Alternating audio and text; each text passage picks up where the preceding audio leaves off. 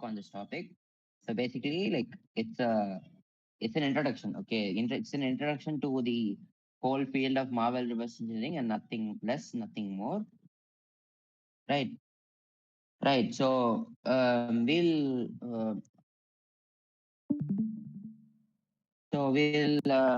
start. Myself, Tarun. So this will be our agenda for today. Leave the first two. Then the first is the introduction to the field as a whole, and then we go to the understanding the structure of PE, that is portable executable, and then we have static analysis, dynamic analysis, all the standard stuff, and then we have a malware lifecycle discussion, and there's a Q&A there. So we'll move on.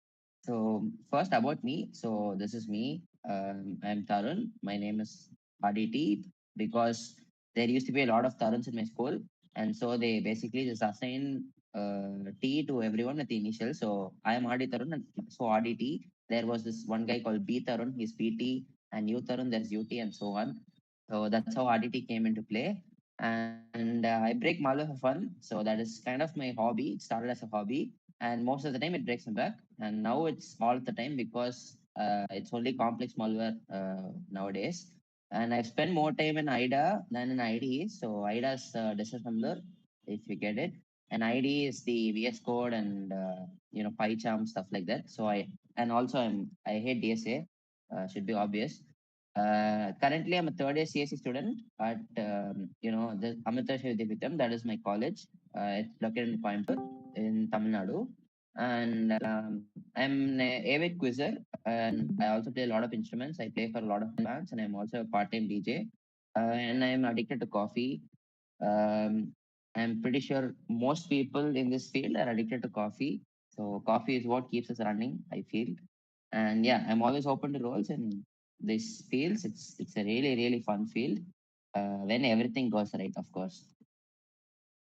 Right. So we'll move on. So before we start, so big thanks to MSIT Cyber Society and for the invite. And the examples I'll be showing you today are those I've come across when during my actual research on different malware families. And also, I hope everyone knows some basic things about malware because it will be hard to understand if you don't. But don't worry, I'll try my best to explain what's going on. Right.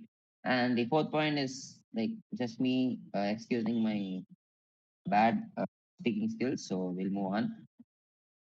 So this is the objectives for the session. So at the end of the session, you will hopefully understand what malware reverse engineering involves, learn how Windows executables are structured, and identify important static analysis indicators, understand dynamic analysis workflow, and connect code structure to malware behavior.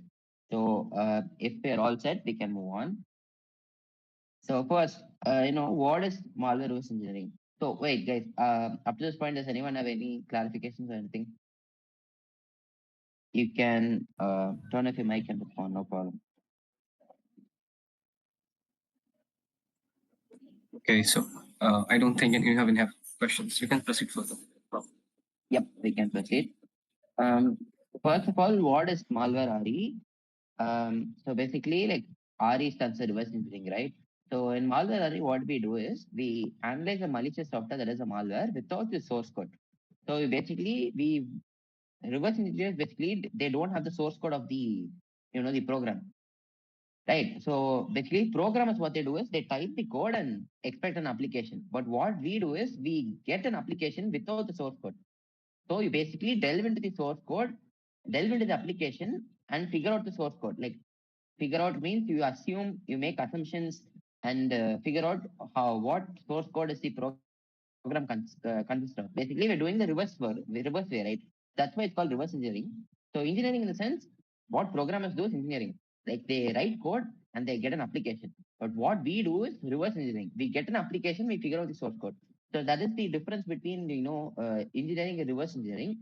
So basically, why we do reverse engineering is we basically this through this malware reverse engineering we understand like what the file does and how it works, how it persists. Persists in the sense basically the English meaning of persist is basically to stay alive, right?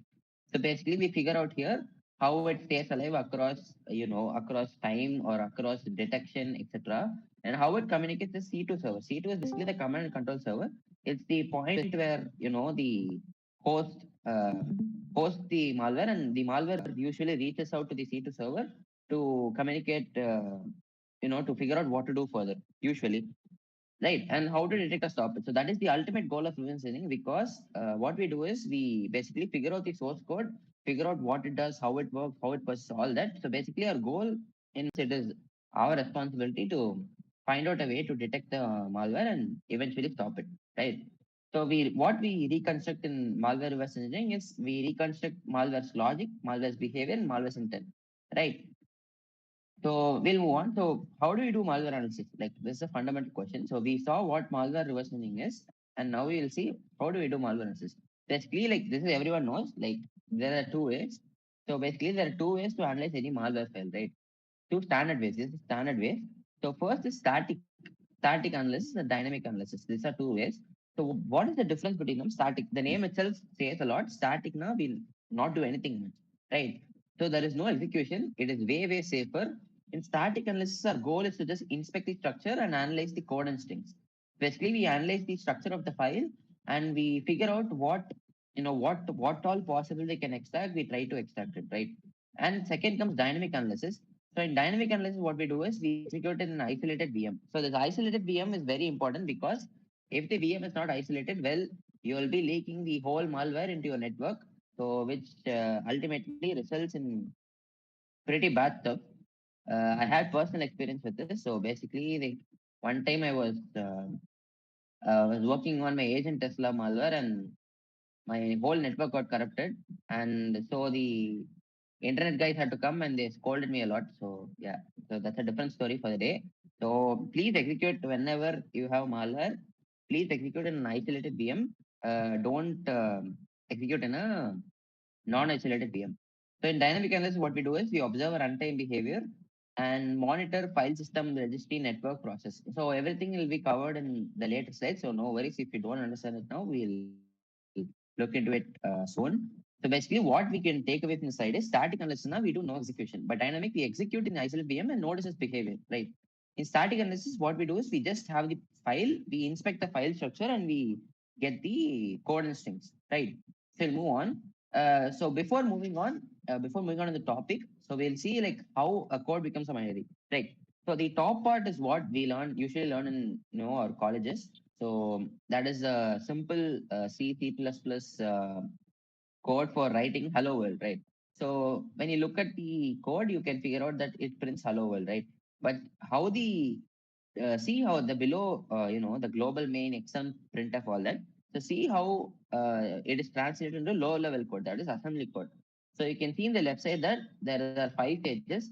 So that is how the computer, the instructions gets transferred onto the computer easily. So we write human readable, understandable C++ code, and the compiler is responsible for translating the assembly code into the C++, right? So if you look at it, you'll see that the objective is the same for both C++ and assembly. But this assembly code is more easily understood by machines than our human readable C++ code. So that is why assembly existed, because it is the one primary way in which computers could understand our human instructions, right? So I hope everyone understood like how a code becomes a binary. So if you see the assembly code, you'll see that it prints the hello world, but with a longer, instruction set. But that's the same thing. If you see, like, it calls printf and adds ESP. ESP is a stack pointer. So it adds a stack, 4. 4 is the, size for an integer. So it adds a stack pointer and it prints a return message. That's all. It's the same stuff, but it's just longer and more understood by the machine than our human readable form. Right. So move on. So what are we actually reversing we know that we are reversing a malware, but what does a malware actually consist of, right? So when we look into it, we see that malware usually, compiled binary usually contains machine instructions, Windows API calls, embedded data, resources, control flow logic. So basically, machine instructions are what we saw here. So similar to this, there are like lakhs and lakhs of machine instructions in a file. This is just for hello world. So imagine what a full functioning application code would look like in assembly. So that is, I'll show you in a bit. So that'll be fun. And Windows API calls, basically Windows API, we'll cover it later, but basically for now, Windows API calls are like ingredients. So the malware uses these ingredients to cook a dish, right? We use ingredients to cook a dish, right? So similarly, the malware uses these API calls to do its function. That's all, right? And embedded data, it's just encryption and obfuscation. And resources, I mean, that's leave with that. And control flow logic is like, how do I say this? So basically, those are basically if else, right? So loop statements, those are control flow statements. If you have studied programming, you would know that those are called control flow statements. So why they are called control flow statements is that basically they control the whole flow of the program, right? So this malware, I mean, malware using usually has so many if else statements because it has to avoid detection, right? And so the control flow logic is itself, figuring out the control flow logic is itself a big nightmare, right? I'll show you everything pretty soon. But what do we reconstruct? After the um, what do we reconstruct after the reverse engineering is we reconstruct the program structure, we reconstruct the execution flow, and also the external interactions, like how the file interacts with its environment, right? So we'll move on. So I mean before that we'll see some basic terminals. I don't think it's needed this much, so we'll move on. So we come to our first primary section, that is understanding PE file. So PE is basically like portable executable, right? So it is the exe files, right? So that is PE. So if you look at here, I have a sample PE file open in a hex editor. So hex editor means you will see normal code in a hexadecimal way. So that is called a hex editor. So if you can see here, I mean, it's just gibberish, right? It looks gibberish, but actually for a malware analyst, there is plenty of things to be, taken from here, which I'll explain soon. So you see that there are some components being marked here. So each one has a, unique way or unique feature. Say we see anatomy of a PE file. So a PE format file includes a DOS header, NT header, section table, import table, entry point. These are the standard five anatomy features of any PE file. So when you go deeper, you will see that there are plenty more, like hundreds or 200s more. But these five, every file will have. Without these five, no PE file will, no PE file can exist, right? So basically, understanding this PE structure is the foundation of malware RE. Why? Because most malware are executables. Actually, all malware are executables in a way. Eventually, even if it's obfuscated or encrypted, eventually it will boil down to executable because it has to execute for the code to execute. Then only the malware can attack, right? So that is the second point, and we will see them in detail one by one. So first is the DOS header. So DOS header is basically uh, DOS header is basically the way we which we identify a file if it's like an exe or not. So it's a mandatory. It is a 64 byte structure by the way, and it's present in the beginning of every PE file. So you see that the starting of this file is MZ, right?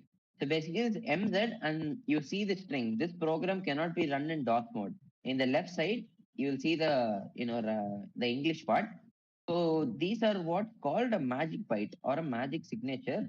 So magic byte for exe is MZ, right? How do you think your computer knows what file a file is, right? So the computer actually uses these magic bytes to figure out what file you're having. Similarly, for JPEG or JFIF, for all file formats, we have magic byte. That's how the computer knows what type of file you have, right? So for example, wait, I'll show you actually.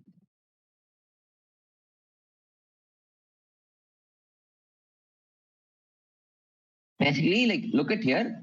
So PDF has a magic file, magic byte number. It is percentage PDF, right? And this hex is this one. And similarly, zip has PK and PNG has percentage PNG and JPEG has this one and GIF.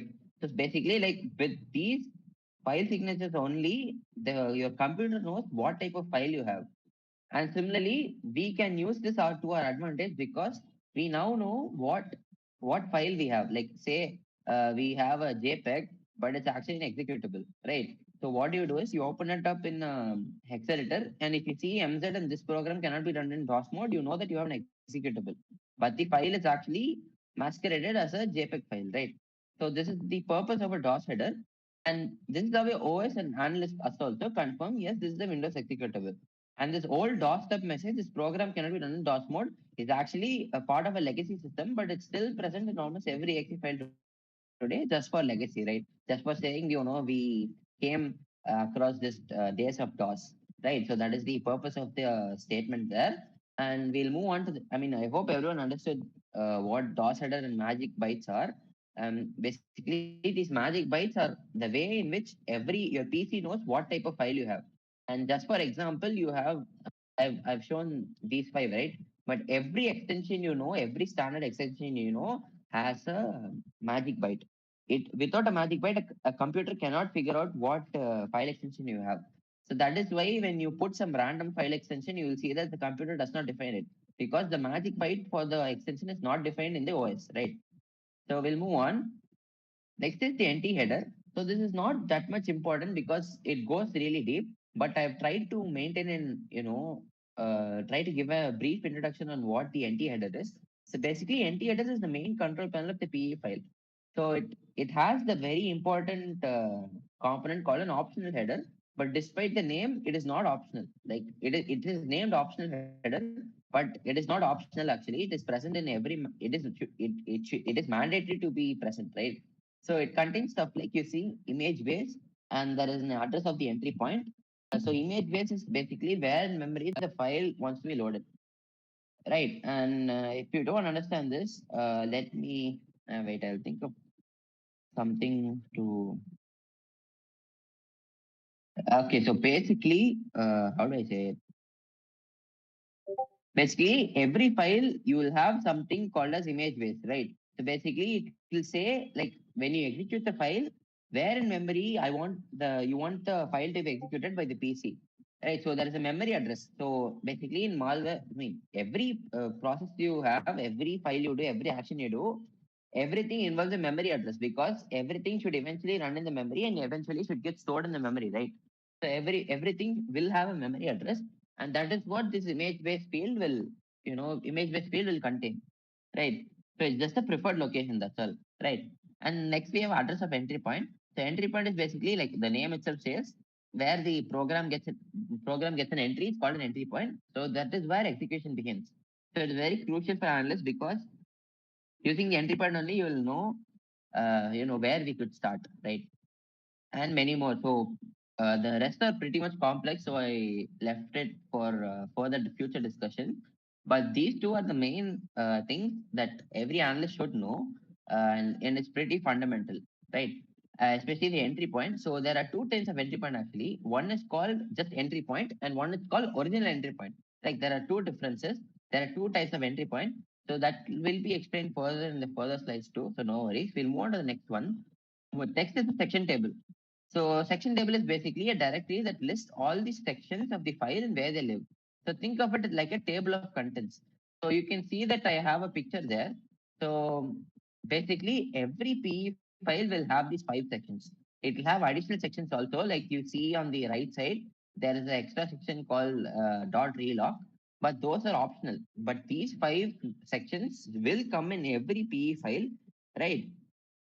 So that is the thing. So section table, you can see like it's a directory, basically a repository that lists all the sections of the file and where they live, right? So you can see that every section has something contained, and also what should you look for in a section, right? So .text section contains the executable code, and an analyst usually looks for the actual program instructions in this section. And there is .data section, which contains all the global variables. And here you will look for hard coded strings and configuration values. Configuration values in the sense there will be some like the software configuration which will already be present in the file, so that the malware knows what type of action should you do when this type of configuration is detected. So those values will be present in the .data section. And third is the R data section, which contains the read-only data, as by the name you can see that. And these contain the import table, import name, strings, constant, everything. And the fourth is the RSRC, which stands for resources. And these contain the icons, dialogues, and embedded files. And the fifth one is P data, which is exception handling. And this contains the stack unwinding information. So basically, what should I pull out of the stack? What what present in stack, when should I pull out of the stack, etc. Right?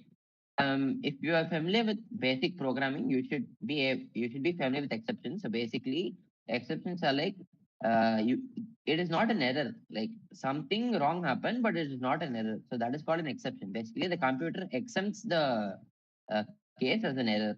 So that is what is called an exception. So we'll move on to the next one. So if anyone has any doubts still here, feel free to ask. Uh, just unmute and ask. It's not a big issue. If no one is asking, then I'll move on to the next one. Yes, like you also said like about EP and OEP, right? So like can you say a little bit of difference what exactly it is to them? Wait, I didn't get you. Repeat again, please. You talked about original entry point, right? And entry point. So what exactly is the difference in Oh between? yeah, that will be covered in the future slides. No worries. Okay, no problem. Right. So I guess I take it that no one has any doubt. So I'll move on. Yes, you can continue. Yep. So basically, next is the import table. So import table is basically the one of the most valuable things in to look at in static analysis. So it basically, I mean, the name itself says that it contains the imports used by the malware, right? The imports are like, take a Python program. So say that you want to use a random module, the random function. So what do? You import the random module, right? So you type import random, right? So basically stuff like that is present in every programming language, right? So these malware authors, what they do is they take the imports, uh, they basically import a lot of stuff to ensure that it is used. So that is called an import table. So these are the most valuable things to look at in static analysis, because if we know what they are importing, we can basically narrow down our view to what the malware is doing, right? So that is why this import table is very important. And basically, the import table contains every Windows API function the malware calls, essentially its capability list. So that is what I said just now. So if we know what the import table contains, we can figure out what the malware's capability is. Because only by using this API, only by using Windows APIs, it can function properly, right? So it is stored in a structure called an import directory table, which means it is not that important. And each entry contains a DLL name plus the function names it imports to from the DLL, right? I'll show you soon. Wait, I show you now. What's the fact?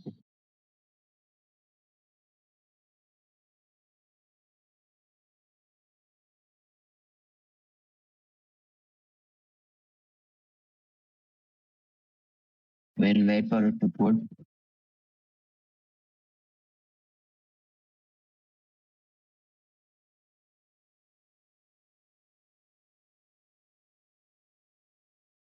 I guess it'll take time to work. Okay. So basically, this import table is, as I said earlier, it's one of the most valuable things to look at in static analysis, because it contains whatever the malware has to use, it has to import, right? So that is basically why we look at the import table as the first priority. Basically, while looking at the import table, we will be able to figure out what the malware does. Essentially, it is its capability list. So we can essentially narrow down our view and see what's up, right? So if you can see here, let me show you the import table for this. So this is a detected easy. It's a very, very famous, it's probably the best tool for static analysis, in my opinion. So you can see the import details here. So you can see that these DLL. So DLL is basically a dynamic load library or linker library. I think it's a linker library. So basically, it is the it basically it's like a module, right? It's like a random module. So basically it contains the shared code or data or whatever that different programs have to use simultaneously. So instead of printing the same code every time for all programs, these guys, what they do is they create DLLs and then just import the DLLs in the application. Say there are two applications. They want to perform some basic functions like let's say get message, right? So what they do is they just import this user32.dll into it instead of manually coding the whole functionality of the get message function, right? So it saves a lot of time, it saves a lot of computational effort too. So that is the use of these DLLs. So these DLLs are basically like fundamental to every system. And as you can see here, the import system, there are different, for this file, there are different DLLs used. There are only 7 because it's a very small file. But if you take like real life or say, let's say like actual files in real life, the DLLs will probably be in the hundreds. So you can see here the kernel 32 because it's a very important DLL. The file uses it a lot, and these are the functions that are present in the kernel 32 DLL. So you can see like different things like create thread, create semaphore, create process, create mutex, all like fundamental stuff. Without it, the application cannot function, cannot execute in a computer. And within a DLL, it's also a very important DLL, particularly flagged by all the detection systems. And apologies. So here we have used the DLL, and here we are able to see that it uses some functions from the DLL, right? So basically, you get my point. So using this, when I see this DLL, I can see that what this malware does, and eventually I can narrow my view onto what the malware does. So that is basically the purpose of this import table. And this DOS header, MZ header, I have an interesting file here. Wait, I'll show that later. Okay, we'll move on. Next is the entry point. So entry point is the address where the execution starts, right? And for a normal malware, the entry point is inside the text section, expected. So that is the expected pattern for any usual malware. But there is a thing called packed malware. So we'll look into packed malware a bit in the later slides. But basically, think of pack malware as a basically you are wrapping a gift, right? The wrapper is the packing. Wrapper is what we call as packing, right? So so when you have a say there are two things, you give a gift directly and you give a gift wrapped in a wrapper. So for both of them, the entry point will be different, right? So for the one with the gift, you have to open the gift. So that opening point is the entry point for you. But the one with the direct gift, there is no entry point. The entry point is very standard, right?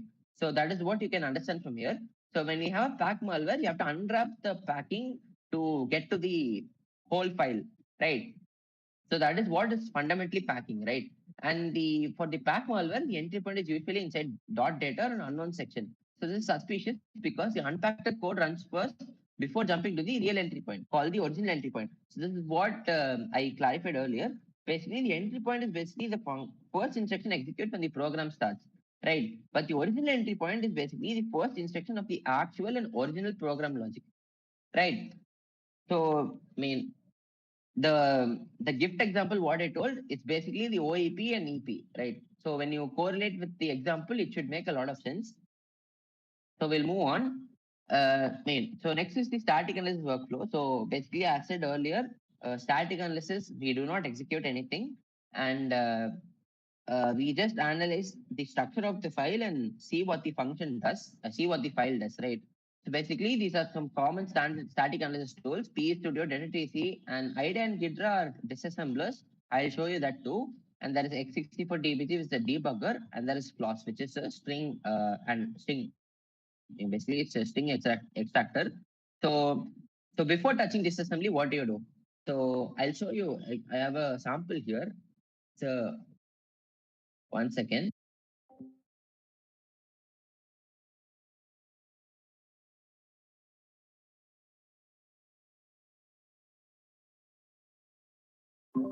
Apologies. So I'm here. So I'll show you a static analysis sample right here. Oh wait, so okay, so think of it. So I have a file, I have a folder called budget report, and inside I mean this is how company things happen. So an employee will randomly receive a file called budget report.pdf.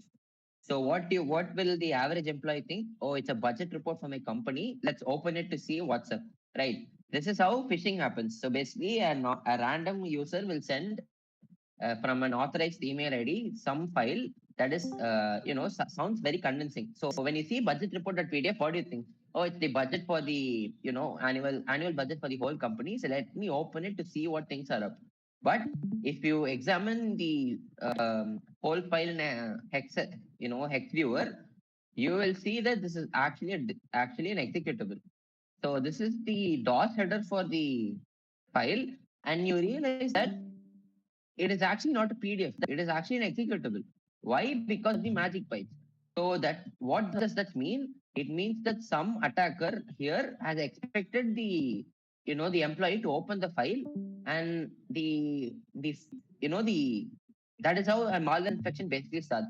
It starts by really silly things like this. So an employee will not know, like, a PDF can be, a PDF can be disguised as an executable can be disguised as a PDF. He wouldn't know that. So basically, what happens? He will just open the file and let the whole malware let loose in the company's network. So that is how the uh, in all breaches, most breaches start that way, even in big companies. So that is why, this is very important. Hex viewing of a file is really important. So if the employee did not have a knowledge on the magic bytes, or the MZ is the magic byte for the executable, well, he would have fallen prey to the attackers way. But since you all know now that there's a thing called magic bytes, and that for every file there is a different magic byte, and there MZ, and this program cannot be run in DOS mode, is the signature of an executable. You all will be cyberly vigilant, right? So that is the point I wanted to make here. So let's just now statically analyze this whole file. Oh, great.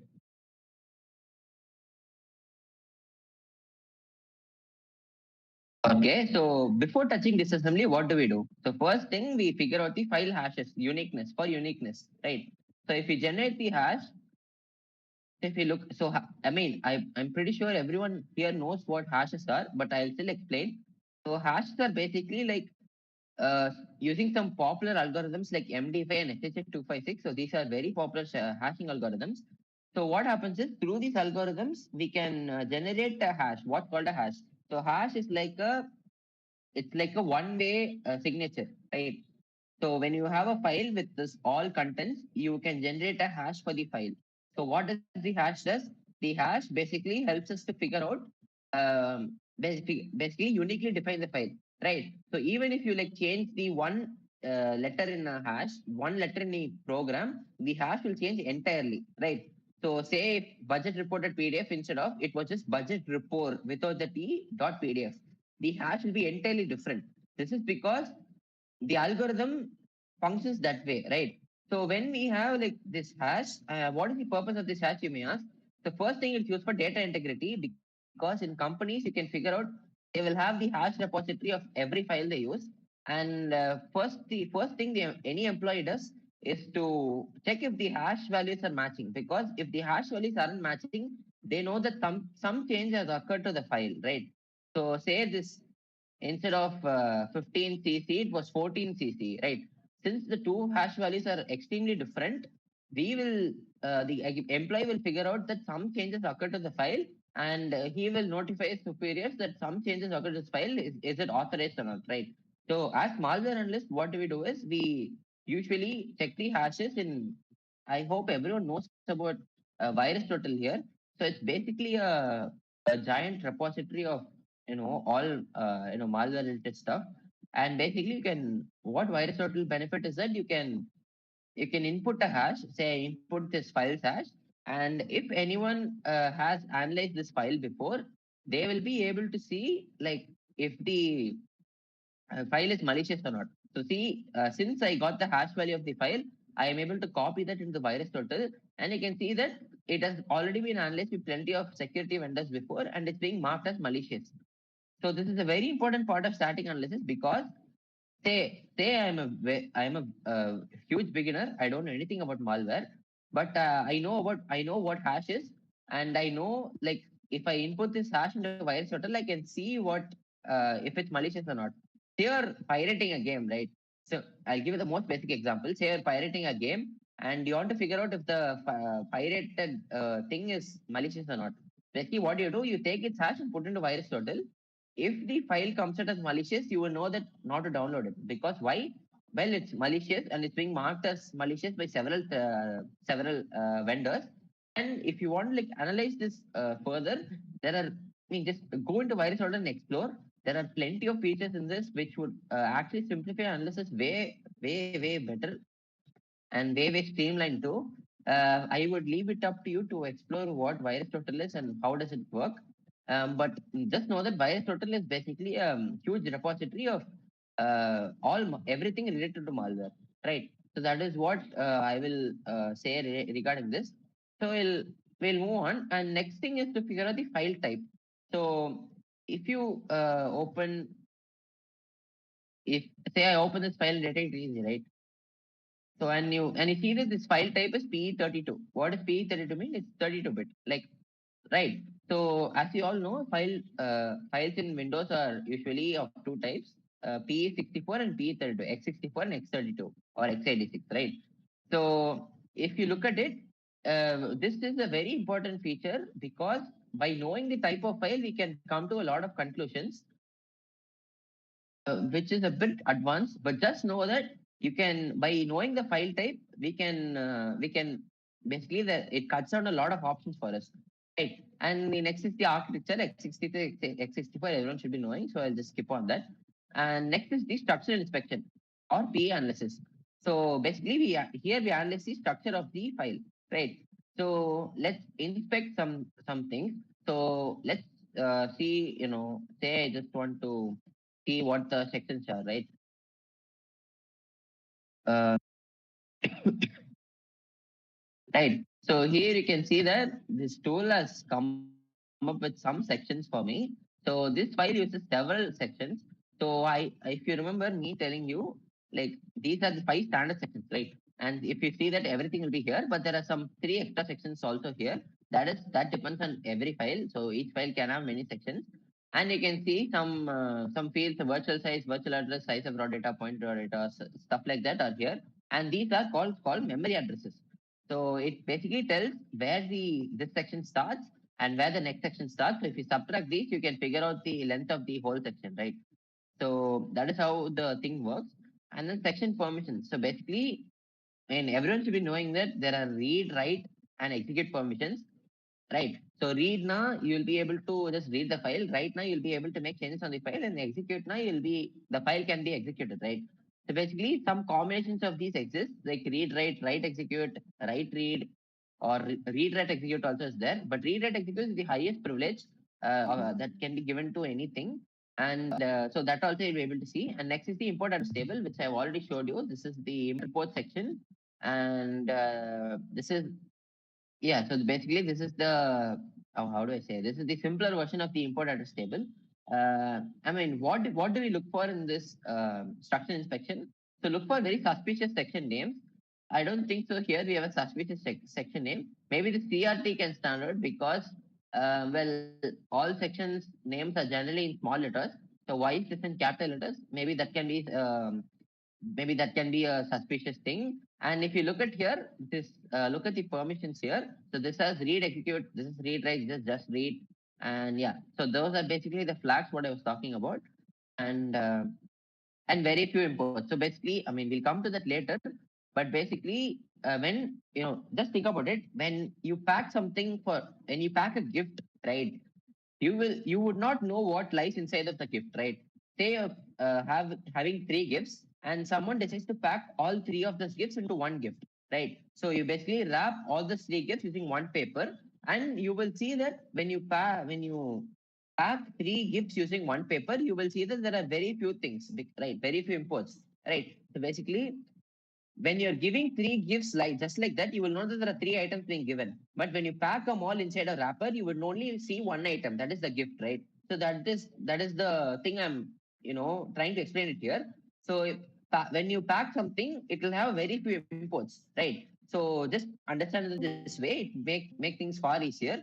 So very few imports may suggest possible packing. Why? Because of the example I told you. Just visualize and understand. It is really easy to understand actually. So we'll move on. Next is the string analysis, right? So string analysis, everyone knows what a string is. So it's a string, right? I mean, it's a data type. So when I analyze this string, when I analyze the string analysis here, so you see that this program is run in DOS mode, and there is dot text, there's dot data, this I data, all the sections, all the standard things. But what is the point of the string analysis is that you can analyze some very suspicious strings here, or you can analyze what type of, what type of things this malware can do. Like say, why would a PDF file require a HTTPS? Why would a PDF file require Internet Explorer, offer a Firefox, etc.? And why would a PDF file have registries, stuff like that. These are very obvious things, and you can see that there's something being written here. The oldest and strongest emotion of mankind is fear. So this is probably the PDF's content, right? So when you open a PDF, you will see something, right? So this is probably the content. Everything in malware reverse engineering is assumptions, by the way. So if you think I'm assuming stuff, that is how the field works. You have to basically prove your assumptions using your analytical skills. So that is the field. And basically, like, this is probably the file's content, right? And you will also see that this is a PDF file. Why would it require .NET and all? Like, there is no reason. Look, HTTP version 1, like, why? And SE debug privilege is an API for assigning debugging privileges. And yeah, there are a lot of suspicious strings here. And these are the GCP compiler strings. Oh, this is amazing. So look at these. Why would a PDF file need registry functions? Like, we would never know this. So a lot of suspicious things are here. And I mean, when a person does string analysis itself, they can mostly figure out if it's a malware or not. But the case is different when it's packed. So when the malware is packed, all you'll see is stuff like this, right? It's like you can't understand it. You can't understand anything because it is being wrapped around in a wrapper, right? So you have to figure out a way to unwrap it and eventually see clear strings like these, right? So that is what the thing is. And strings often reveal C2 infrastructure, that is the HTTPS links. But here it's not being outrightly given here. But I think once we can reverse engineer it, we can figure out. And embedded configuration that we can intent clues, like what is the intention, and extract URLs or IPs. So some files will have an IP addresses here, but this file doesn't have, I guess, if I right. And then in the registry path, we saw some registry path, we saw some mutex names, and we saw some error messages too. And that is what is the point of string analysis, right? And next we move on to import and API analysis. So what, as said before, using import address table, we can figure out the behavioral intent of the malware, right? So what we do usually is we group the APIs by capability. So basically, the capability in the sense what the malware can do or what the malware cannot do. So if we can see, for example, here, it is the malware is able to open an internet URL. So right, so this is how this is how you group APIs with capability. And sometimes, I mean, most of the time, what happens is these imported APIs are not being used. Instead, there is how do I say this? Most of the times you'll see that these APIs are just there for confusing the analyst. And usually what these people do is they get their APIs dynamically during runtime.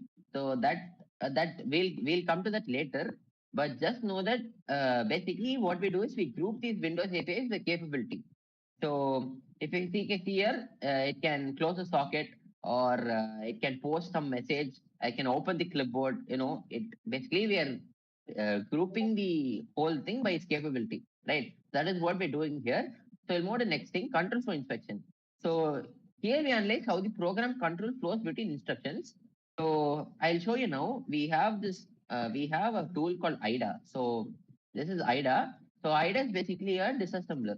What a disassembler does is it basically does what is being shown here. So basically, when you give an application here, it will just basically give you this one. So it will give you the assembly version of it, and you have to figure out what it does by yourself. So that is what we do in control flow inspection. Okay, fine. We load it again.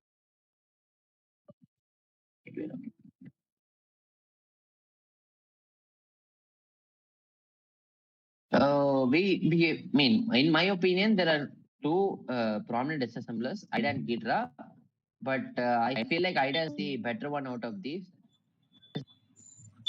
So you have Pro of it, or you're using the free one? Yeah, I have the Pro version. Actually, I pirated it. By the way, this session is being recorded and it's going to be on YouTube. So yeah, you better not say that. Okay, I legally Really did bought that. the yeah. Basically, I legally bought the IDA Pro, so everyone can see that Oh it's god. highly legal. So you can Oh see god. that Okay. this. So you can see that there is something being written here. It will look very complex, but don't worry, it's actually very simple. So these are basically like the instructions which are being written for the computer to figure out. And you can see these two arrows, right? So basically, while programming an if else, you will have two conditions. What if the if loops execute, or what if the if loop doesn't execute? So if loop doesn't execute, now it will go to the else block, right? So that is basically what this is. So the green arrow is basically what happens when the if loop executes. And the red arrow is basically what happens when the if loop doesn't execute. So where is the if loop? You can see here. I hope you all know some basic assembly. So test is basically like it's a CMP comparison operation, similar to comparison operation. So if it's a comparison operation and it jumps to this location. So this location is a memory address here, and if I double click it, I'll see that it points to here, right? So basically, if it's if the condition is false, it is jumping to here, right? And its condition is true, it is jumping to here. So basically that is what we do in control flow analysis. So this is just one function, right? And if you see that there are plenty of functions here, and this is just a small file. So imagine what will happen if there is a plenty of large files like in real life malware. So that is why this field is considered to be very hard, but it's actually not hard. It just takes a lot of patience, a lot of practice, and everyone can figure it out eventually, right?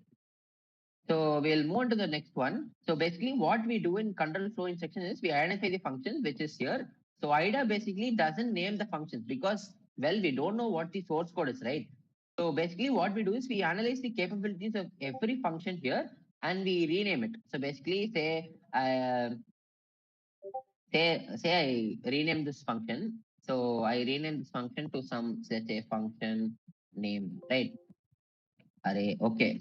So basically, I figured out the purpose of this function and I renamed the function to function underscore name. So basically, you will rename like every function here, like in real life analysis. What you'll do is you'll figure out what each function does, and you will see that some many functions here they call to different functions too, right? So you'll just keep on going on the in the rabbit hole, and you will figure out what each of the functions do, and you will figure out what each of the functions have to be named, and you'll eventually be constructing every function like this, and you will figure out what the program does. So that is the principle of reverse engineering. And we can also observe branching logic, which I showed you before, and we can map API usage to behavior. This is basically like wait, let me see. So these are the basically the APIs used here. So let's say I want to like see what this is about.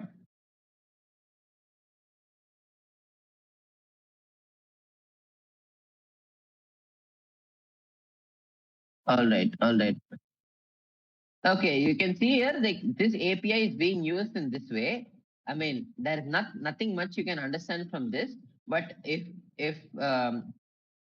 like you can see where all these things are being called, right? So these are the extra, basically the references to where this thing is being called, and this API is being only called here. So that is what I told you. These APIs, these people, what they do is they just keep it for the to confuse the analyst. Like the actual API is probably being used somewhere else. That we'll only know when we analyze all these functions here, right?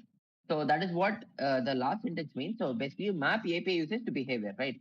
And okay, so So wait, you we'll look come at to the this later. patterns, by the way, like the API patterns. Didn't get Suppose, you. for example, there is this a malware which is doing some process injection, right? And so you look at the API patterns that okay, it is doing some open process, create tool help for Yeah, yeah, execution, yeah, or yeah. That is also virtual actually, environment I think I'm access. covering it later. Yeah, yeah, yeah, that is also there. Okay, okay. So I hope everyone understood what is control flow. Basically, we are analyzing the how the control is being flowed, right? So that is control for inspection. And this is detect packing of, we'll come to this later. And these are some behavior analysis using API. So basically, if we see some APIs, what we'll be able to figure out. So that is what I'm saying here. So basically, here we translate low-level findings into high-level behavior. So say this when HTTP send request is used for C2 communication. So when you delve deep into this field, you will know some standard APIs like this. And when you see this thing, you will know that some C2 communication is being involved because, well, the name when HTTP send request. So you're sending a Windows HTTP request, you're sending it, right? So it is a indicator of a potential C2 communication, right? And there is also this is like the most obvious thing, but it's usually not present. But when you have a write file API and it's in a loop, so that means like it is encrypting every character in a loop, right? So that is a sign of possible encryption, right? And these are so basically at the end of static analysis, what you do? So you basically collect all IOCs. IOCs stand for indicators of compromise. So these are basically the main things what every company looks for when you submit a malware report. They just want to see what the malware does and how it is dangerous for us. They don't care about the way you analyze. That is for the technical side only. But when you present to a company, this is what they'll expect, right? They'll only expect the IOCs, like what harm does it do to my product and how does it function, right? So that is what they look for. So in basically this extracting IOCs, what do? You collect the domains, IP addresses, file paths, mutex names, registry keys, and encryption keys if visible, right? And IOCs massively help in figuring out on what to narrow down during dynamic analysis. That is also a very important thing because when you have, say like in data DTC, somehow there is some website name that say abcd dot abcd dot http abcd dot in, right? So during dynamic analysis, what I'll do, I'll flag this website so that uh, the traffic related to this website gets captured, right? That will make my work infinitely easier rather than analyzing everything in the network, right? So that is what I mean here. So they massively help in figure out on what to narrow down during dynamic analysis, right? So we'll move to the next one. So key things note, By the way, static Tarun, analysis can tells you you, sorry to interrupt. Can you please yeah. talk more about mutexes? By the way, you said mutex names. I'm sure people here don't Okay, know about that. so Yeah. all right. So okay, so mutex is basically a fundamental thing in your operating system, right?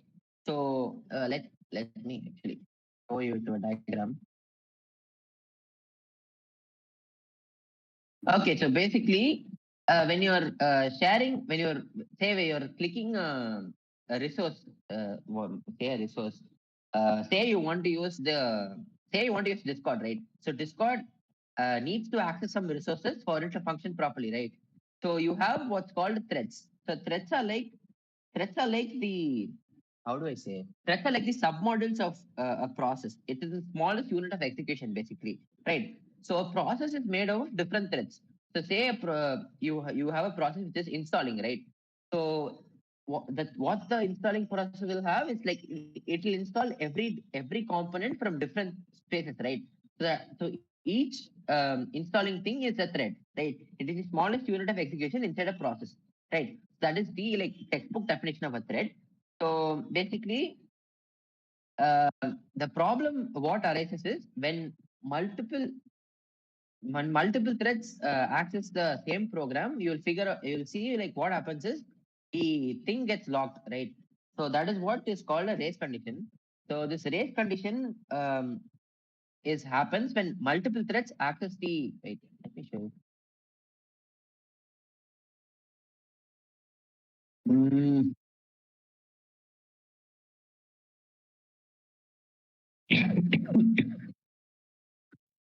This is the right thing. Nope. See, apologies. So you can see here there are two processes here which are sharing the same variable, and while sharing they encounter a problem because well the variable is being stretched apart, right?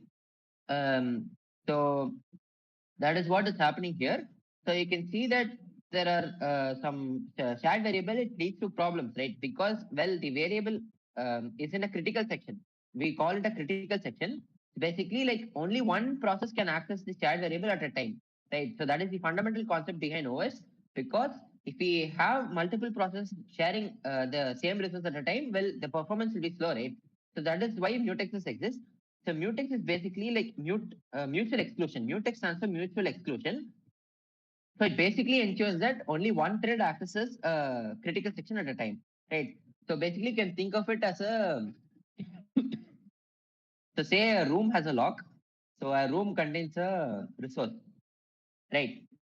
So the door is the lock on the door is the mutex, right? And the way you access it is the thread, right?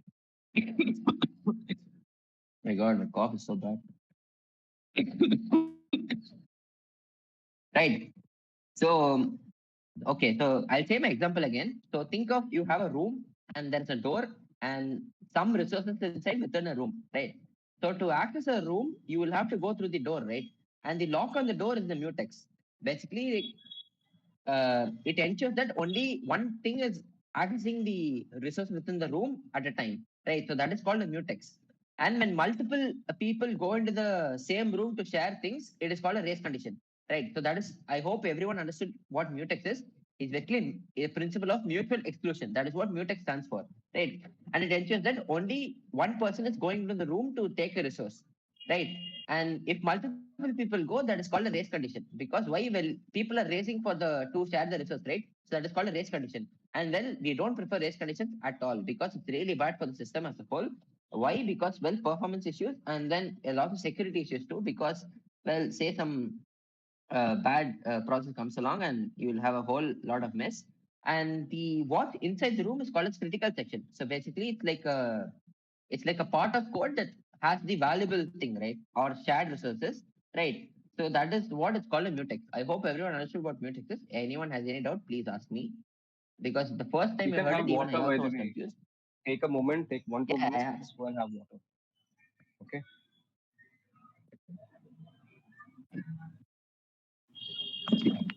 So guys, so far any questions? any questions, guys? Come on. I was expecting a lot of questions. So they are shy actually. Okay, Swapnil is there already. Hey Guys, no Swapnil. need to be shy. I'm just a third year. So I'm not like a senior executive or anything. So, is mutex used to prevent deadlock between the processes? Yeah. That you basically summarized it. Oh, thank you. So mutex is basically used to prevent deadlocks, and there are problems with common problems in mutex. I think one is called a starvation. That is the one thread never gets the lock, right? I mean that we'll leave that, right? So I hope everyone understood the what a mutex is. Basically, it's a mutual exclusion. So that is what mutex literally stands for. So I think this is better. So yeah, mutual exclusion. So that is what a mutex stands for. We'll move to the next thing. So what do you note in a static analysis? Basically, like you note what the malware is capable of doing, and but it does not confirm what the malware will do at runtime. So this is why dynamic analysis exists. Basically, to figure out what happens at runtime, we need dynamic analysis because static analysis we don't execute anything. We just note down what's going on, what the structural thing contains, right? So next we'll oh, wait. So next we'll see what packing is. So I mean, as I said before, I've said a lot of times now. So packing is basically you wrapping up your gift in a wrapper. So that the wrapper is called as a packing, right? So it is basically the process of compressing or encrypting an executable and wrapping it inside a loader stub. So the loader is basically the ribbon, right, which you use to unwrap the gift. So that is called the stub. And basically, during execution, what happens?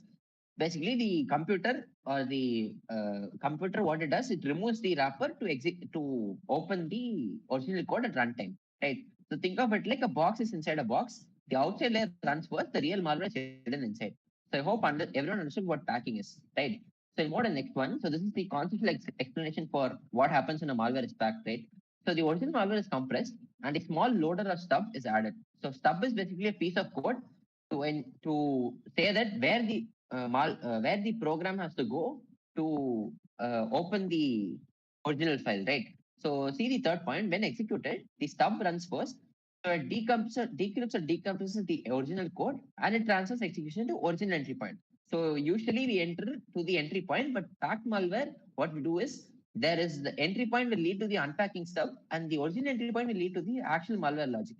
So that is the important thing with regards to packing. So you can see on the image on the right side. So there is the original executable.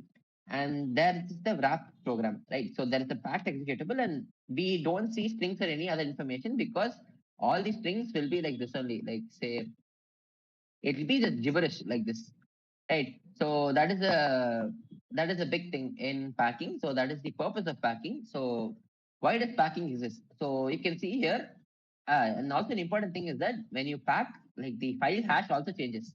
So you can't verify it in virus total by putting some, the if you put the hash of the compressed malware there, you will see that nothing is being returned. So it will just say 0.0 save file.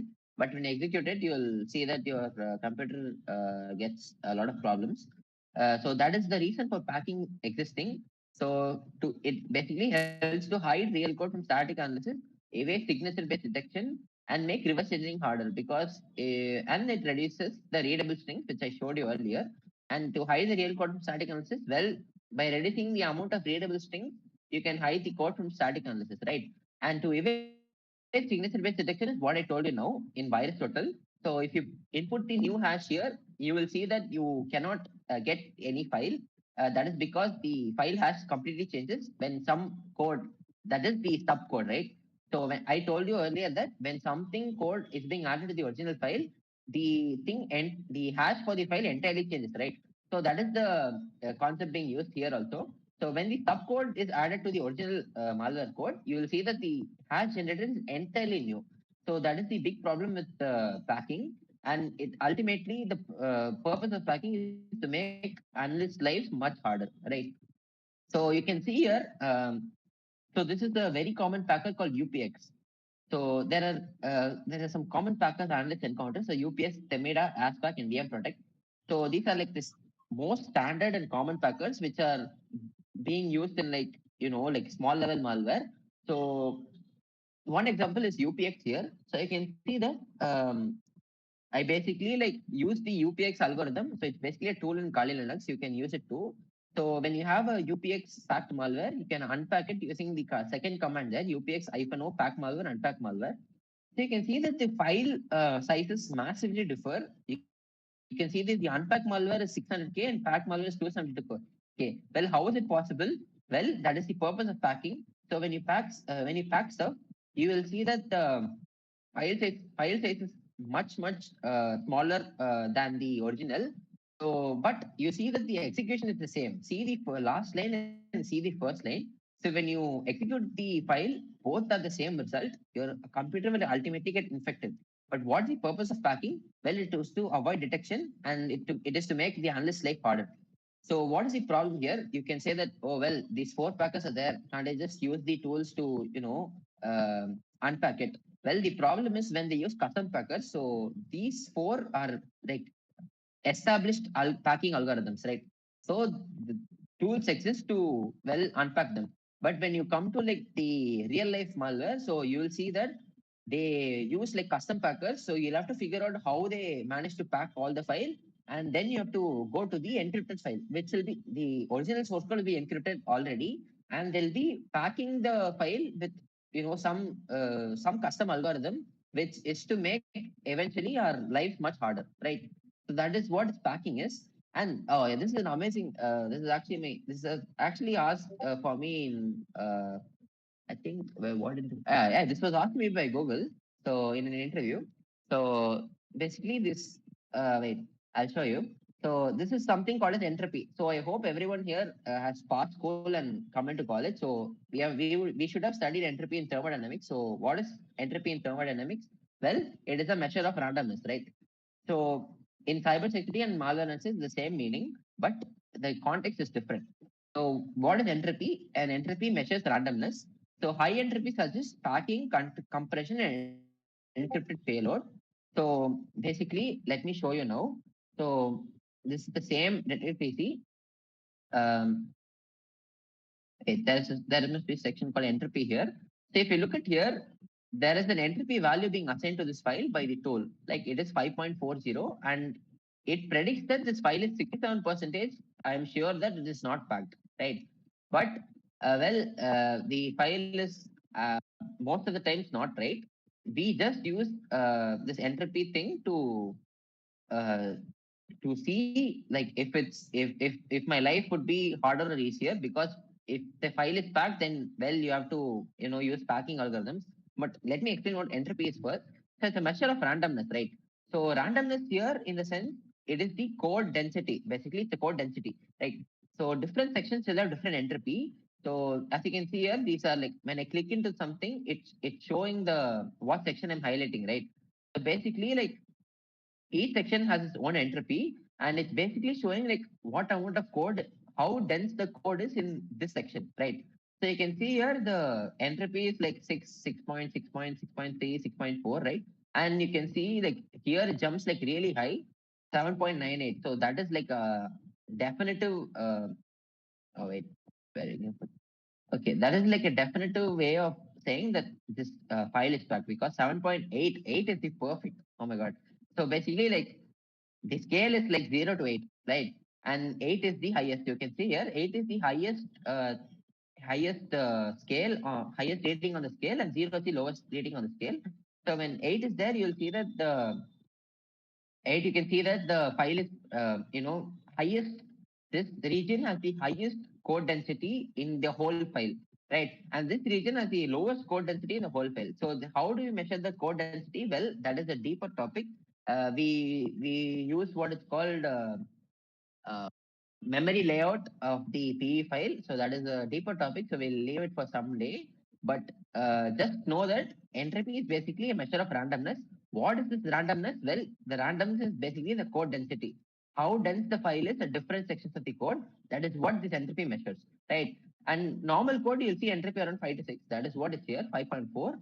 But in parallel encrypted code, the entropy is about 7. Well, let me show you a different file. I think I have one more file, hopefully. Okay, oh yeah, this file is there. So this is basically an Android malware, but you will see that let it load. So you see that this file You is also do APK 97% packed. reversing. No, I'm learning it actually. Basically, this story is I'll actually explain it to you at the end.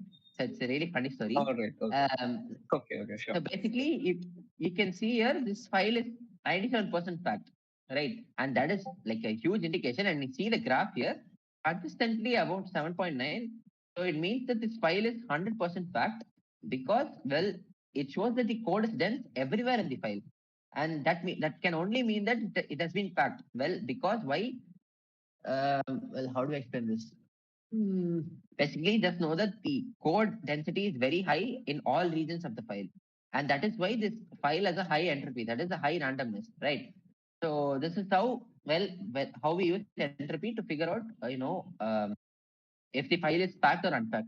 I hope everyone understood what is entropy. And also it's important, like high entropy doesn't mean it's automatically malicious, because, well, some legit files, say you open up legit files also, they will have high entropy, because, well, they want to make the lives of reverse engineers ultimately harder. So say you are having GTA and you want to reverse engineer it. So they will have reverse engineering anti-analysis mechanisms, and they will have an extremely high packing. Say the packing rate will be 8 also for GTA and all. So because they don't want reverse engineers to figure out what their code is, right? Otherwise, they'll just copy their game, right? So what they do is they introduce high entropy to make sure that nothing happens. So that is why high entropy doesn't mean automatically malicious, right? So that is an important point. So that is pretty much it for entropy. And next we'll come on to like fundamentals for dynamic analysis. So this is Windows API. So what is a Windows API? So Windows API is the core interface that allows applications to interact with the Windows OS. So I mean, this is like a theoretical definition, but as I explained it earlier,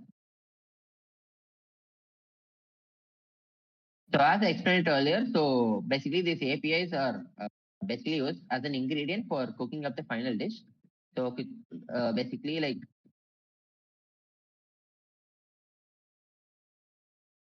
say this is an API, this is a Windows API, this is a Windows API, this is a Windows API. So basically, these are like independent ingredients being called to cook up the final dish, which is the function of the malware, right? So that is all you need to understand. These are API libraries. So these DLL files, as I told you earlier, they import the DLL files to use the APIs to use the APIs here. So when you, in Python also, you import the random module to use the random module's functions, right? So similarly, think about that in this way. That is it, right? And we'll move on to the next one. So why analysts care about winning APIs? This is also already I told you. So every malware action corresponds to a winning API call. Say API patterns behavior, monitoring APIs exposes intent, and there's a quick example here. So this is what I guess previously I heard. So you see that Yes, right. Process injection. yeah. So this is a common thing. Like it's like a very vague way of understanding. Like this is how process injection happens. So process injection is a very common attack used by malware. So basically, in what happens, you use the open process. Okay, I think it's too complicated, but just know that using some Windows APIs, using some predictable way of Windows APIs, we can figure out what's going on. So that is what API patterns reveal behavior. So this is an API pattern, and this corresponds to some behavior, some malicious behavior, which is already being standardized. So the thing is called process injection. So I'll give you a. I mean, you can search it for yourself. I'll give you as a takeaway assignment for this. So this is called process injection, and so this is how it happens using this chain of API. So it happens, right? So we'll move on to the next one. So next one is dynamic analysis workflow. So what we do in dynamic analysis, basically, like we execute the file and monitor different things. So first thing to ensure a dynamic analysis is please set up a control environment. Please don't make the mistake I made. And before execution, use an isolated virtual machine. So for what I use is called Flare VM. So if you want, you can search it. It's called Flare VM, and it's an open source. It's by Google. It's by Mandiant. I mean, installing it alone takes like 1.5 days. So please, just look into it. And disable share folders take VM snapshot. I hope everyone knows what a snapshot is here. So basically, these are like the snapshots I have for this VM here. So basically, snapshot is basically it's a photo. Like it's a snapshot of everything that happened until that period. So if you can see here, I have different snapshots here, and you can see for the snapshot name IDA Pro, what I have is the configurations for this configuration for the system. But see, for before Riv, the configurations may be different. And before for this, so see, it's basically like I'm taking the taking a snapshot of all the functions and all the details of the computer at that stage, right? At that instant, it's called snapshot, right? And we also have some monitoring tools. We'll explain it further. So the purpose of setting up a control environment is to prevent infection spread and allow safe rollback. So basically, the advantage of snapshots is, say I create a snapshot before analyzing and say I have a file. So okay, look at this. So basically, I have a snapshot that's called before rev. So basically, the snapshot why I created is because before I reverse engineer and do dynamic analysis, I wanted a safe copy of the whole VM so that I can revert back to this snapshot if anything bad happens, right? So this is why snapshots exist. So say if something goes wrong in your current system, you can always revert back to this snapshot and this whole thing would be erased. So if see, you can see this, I think. So restore current, if I click this, it will just restore everything to this snapshot, right? So all the things I'm doing now will get deleted, right? So that is the purpose of the snapshot. Basically, you're taking the whole snapshot of the whole file at that instant, right? So that is what is called a snapshot. So we'll move on to the next one. So this is executing. So basically you execute the file and you run the malware and monitor all these. So all these will be, let me show you my, hopefully it loads. So this is my blog. So this is where I, analyze stuff and write about it. So I can follow it if you want. It's on my LinkedIn also. We'll face it in the end. So basically what I did is to dynamically analyze. You would have this is the network isolation part. You can see here I configure only host only. So host only adapter means that I'll only be able to the network is only able to talk to its host, which is the PC, right? So the traffic won't go to the outside world, right? So that is the purpose, that is the meaning of this host only adapter. And first phase is setting up. So this tool is called ProcMon, which is a process monitor. So process monitor, what it does is, well, it basically monitors all processes. So if I were to open up Procmon right now, let me open up. Please comply.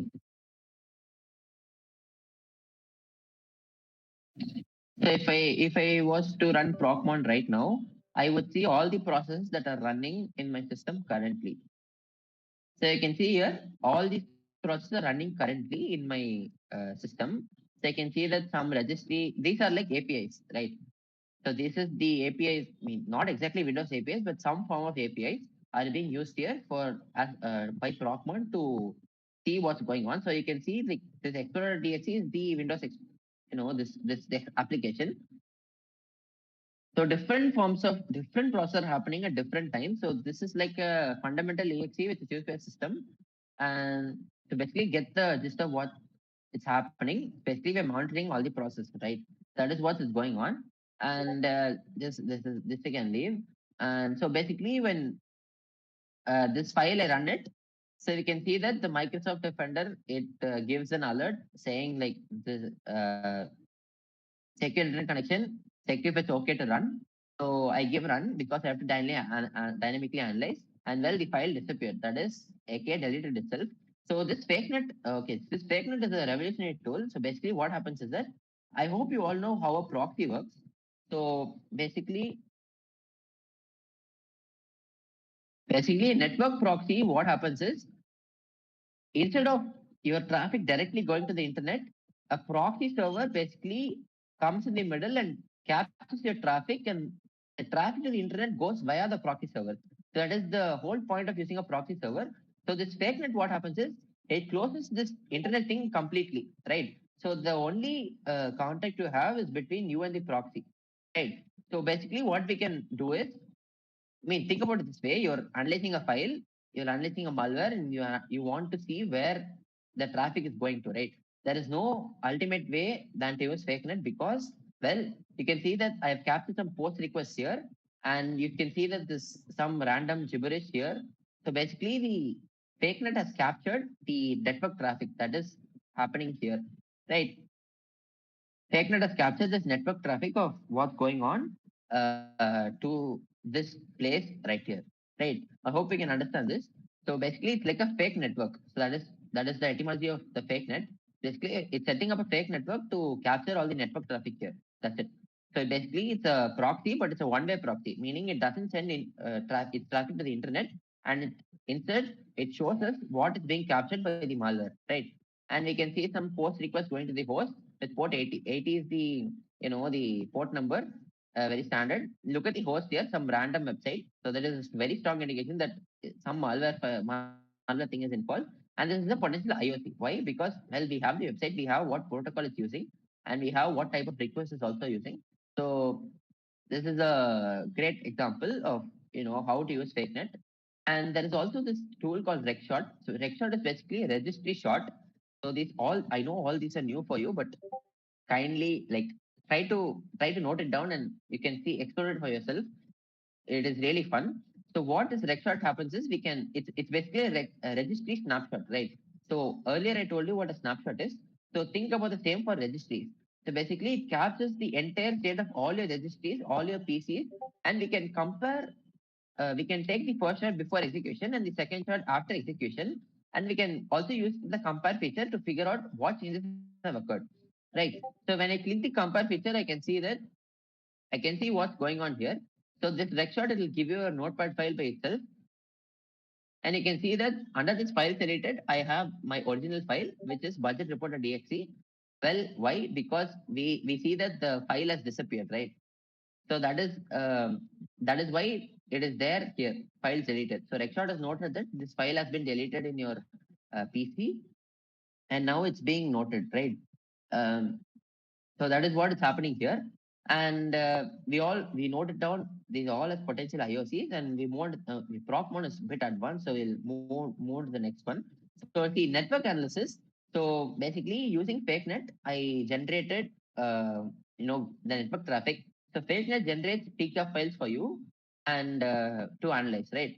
So I hope everyone knows like basics of networking, like how networks work. So this is basically Wireshark. So this is basically a tool to see your network traffic, right? So using this tool, we can see like what you know what is happening in my network basically, right? So you can see that lot of packets are there, and you can see this strange post request. So that is what was being captured here, right? Like in the this one. So that was what's being captured here, and it's being captured here also, meaning the fake net has generated uh, it's what is happening in the network as a pickup file, so that we can view it easily using Wireshark. Wireshark is a very popular tool for network analysis. So we can just follow the TCP stream, and we can see that we are getting, okay, the image is pretty bad. We can basically see that something is being sent. Okay, this is now it's clear. We can basically see that something is being sent to this address, and we can see that the server is fakenet slash 1.3. What does it mean? It means that the fakenet has successfully intercepted all these requests, and that's why the server is showing fakenet. Right? If it was the internet, it will be showing some other server. They're probably the server of this host, right? It will be showing the server name of this host. But since it's fakenet, it's just showing fakenet, right? And I mean, pretty much that's it. That's how you do basic dynamic analysis. But when it comes to more complicated malware, well, job just gets more difficult. Well, because they have all the let's just say they have pretty much every way to evade dynamic analysis. So if it detects this tool, it won't even execute. So I have come across encoders like that. So what you have to do is you have to delete the whole tool, and then you have to come back, and then you'll have to yeah, it's a pretty long process, but fine. So what we observe in behavioral patterns, so well, we look for persistent setup, C2 communication, file encryption activity, cross injection behavior, and credential access attempts, right? So the important point is in dynamic analysis, we focus on behavioral actions, right? In static analysis, what we focus, it's structural, like how the code is structured and what I can get from the code. But in dynamic analysis, it's always about the behavior. Um, we primarily see what is going on and how the file behaves. That is a very important point. So, well, we finished both static and dynamic analysis. So these are the basic fundamentals. So just for fun, I have this malware life cycle. So I basically explain what is going on in basically what does the life of a malware look like, right? So basically, I have funny images. So this is the theoretical version of what's going on. So we see that there are 7 primary processes: infection, execution, command and control, data and exfiltration, and extortion. Those are the main 5 processes. The 4 and 6th one are just optional. So we'll see what, I mean, instead of reading this, I think you'll better understand if I say like this. So leave that. So infection is basically what happens. So some guy calls, text you, I'm from Microsoft, we detect a virus, and some Trojan is being let into your system. The computer see the Trojan horse, it's being a malware, but it looks like a seemingly innocent file. And all these unsuspecting users just let the Trojan horse into the city, and the malware eventually comes out at night to kill you. So that's how infection happens. And execution is when, I mean, you see that allow calculator to make and manage phone calls. So why would a calculator need to make phone calls? So that is execution. And Yeah, right. So if you click allow, your system is cooked. Uh, basically it. Um, and then this is persistence. So persistence basically how the malware manages to come back up. So this you can see that the top one is a registry location. So this one, it's a registry location, and the guy is just saying I'm back. So basically, no matter how many times you kill the malware, it will always try to come back because well, the a copy is being stored here. So this how you'll figure out? Well, it's by using probably dynamic analysis or reverse engineering. So using this, you will figure out where this location is, and you'll try to neutralize this whole location as a whole to ensure that malware does not, come up again, right? And this is also a potential IOC. Why? Because well, you figure out where the person, how the malware, manages to come alive every time. So this is a potential IOC too. So this is like command and control. This is basically pretty simple. Oh wait, shit. Okay. So this is when the computer sends the thing to the C2 server. C2 server you can see is command and control. So basically the computer is sending all the stored information to the C2 server, which is owned by the hacker. And last thing is the exfiltration. So you can see the some file got update.exe. Well, it's an innocent file, but when you executed it, you saw that it stole all your data. So it's like me watching update.exe grab all my data. It's like a Kanye looking into your face type meme. And that's basically exfiltration. Basically, your data is being stolen and being sent to the C2 server. So that is called exfiltration. And that is basically it. So that is basically it. I think we are above, like well and above 1.5 hours, so it's pretty good. If you have any Q&As, you can ask it now. The floor is open for questions and discussion. Yes, in fact, I do So have yeah, questions. Okay, so what about dynamic API resolving? You talked about like APIs, right? So and imports, and we use yeah. I those. mean that's a pretty complex topic, so I left it for. Yes, yes. I know, I know. So there are many things which I wanted to cover maybe on some other session, right? And to be very Yeah, honest, like the I session think was quite impressive, I you would can say. tell Nitin, to be honest. He is like, I will do the complex version of your thing, so Right, right, right. No, like you you can covered request almost Nitin to. every aspect, I would say, like on a very basic fundamental Yeah, like level. the So basic things I covered. it's Yeah, pretty good. that was what my intention was, because I heard that a lot of you are like first year, second years, which is pretty good. Uh, so once you start working upon, this is not an easy field, guys. I'll be honest. Like, well, it's not like Right, software development where you can just code and one click using anti-gravity and it can generate a whole application for you. No, AI cannot help you in this field. So you have to analyze it everything by yourself. Uh, and yeah, it's pretty serious stuff, because well, you have whole corporations and things depending upon you in an actual job setting.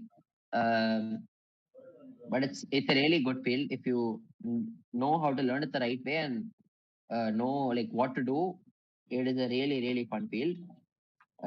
But yeah, I hope this session was something of worth of your time, and hopefully. So seeing no one have any questions, so this is my LinkedIn, so you can scan it.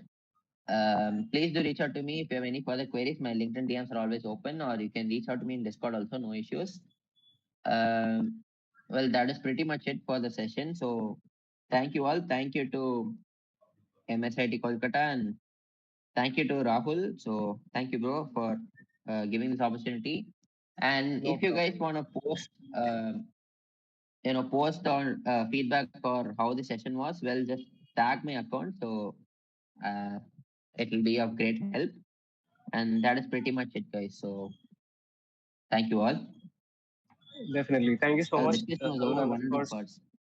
That was great. yeah, and Thank you. honestly, I enjoyed the session a lot. It was really nice. I personally enjoyed it a lot.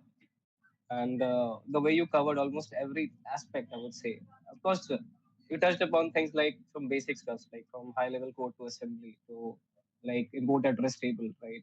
And you talked about UPX. And actually, I wanted to discuss something with you about UPX, by the way. So we do know that when we pack a sample, you said that it's like a wrapper, right? And even the section names are being changed, right? Yeah. So usually we have .text, Yeah. .data, but when we pack a sample using UPS, for example, then the section names are being changed to UPX1 and UPX2, right? Or UPX0. And the raw size and virtual size is quite different. And I was analyzing this sample before where this, we usually, how do we unpack UPX samples? We usually do UPX minus Z, right? But what the attacker Yeah. did, he simply modified that name, the section name, from UPX0 to NPX0. Okay. And this way, Okay. even if you are trying to I mean, unpack the sample using the UPX minus J command, we were not able to unpack it. So you'll have to do some binary level, patching for it. You'll have to rename that N to U again. So that is also like Got it. one of Got the it. Got it. which I wanted to say. And also, like, have you analyzed VM Protect or Themida and you have unpacked it? Do you have any I've idea about analyzed it? Temida before, but I haven't documented it. Yeah. I've accessed Temida before. I think Nitin has done VM Protect. Yeah. I Yeah. mean, because like I these are should ask him certain things probably. which I don't find on internet, like especially how to unpack Themida, how to Yeah. unpack. You won't find it on internet. I mean, this Yes, whole exactly. field you won't find it on internet. I mean, at least now there is like much visibility, but back when I started, no way, bro. I work like really hard. I searched every corner of the internet to see like what's going on, but well, I still didn't find anything. So I had to learn by myself entirely. Even myself, even I'm learning malware analysis, and like there are some courses out like SANS 4, 6, 10, 7, 10. These are some really advanced courses. Yeah, That there's a I'm way not too sure costly, bro. I can't afford it. no, there are like you know uh, you can actually get them on Telegram, no problem. Okay. Bro, just share me the links, Yeah, please. Thank you. yeah, sure. I'll share it to you, no problem. But yes, I want you people to actually. I'm not sure if YouTube will allow to publish it because Themeda and VM Protect are something which we cannot unpack it publicly, right? And but True. yes, it is something which I want to like cover, and especially if you guys have any idea about it, then please let me know. It would be really fun to do it. Sure. Okay. And yes, what about that Android APK reversing? You said that you want to discuss that. What's the story? Oh yeah, basically the story behind this is, well, my friend got a WhatsApp notification from his uncle saying that some guy wants his driving license or something. And well, I did that. Basically, he executed it and his whole system got infected. So basically, he comes to me saying that my system got infected. And thank God he has snapshot. So we reverted it back. And then I figure out that I used burp suite to, send out the packets. And then I figure out the attacker has not encrypted his website as a whole. And so I just got his GitHub repo as a whole. Okay. So basically, like after that, I got these two files and now I have to analyze it. So that is what I have. I'm learning Android reversing also. So let's see. And I also heard that the That's guy good. behind it got arrested like 2 days back. Okay. Okay. Nice. Even like very So recently, good. uh, I mean, one of my friends, I would say, he came to me saying that his laptops were displaying a lot of command line prompts and everything. Suddenly, maybe 50 or 100 times. Okay. And Damn. it was going to some crypto exchange website. I'm not sure. So that was Okay. another sample which I saw. I'll share it to you if I get it. Okay, you can analyze that as well. Sure. Okay. And yes, by the way, Well, guys, the other there's no need to be shy. You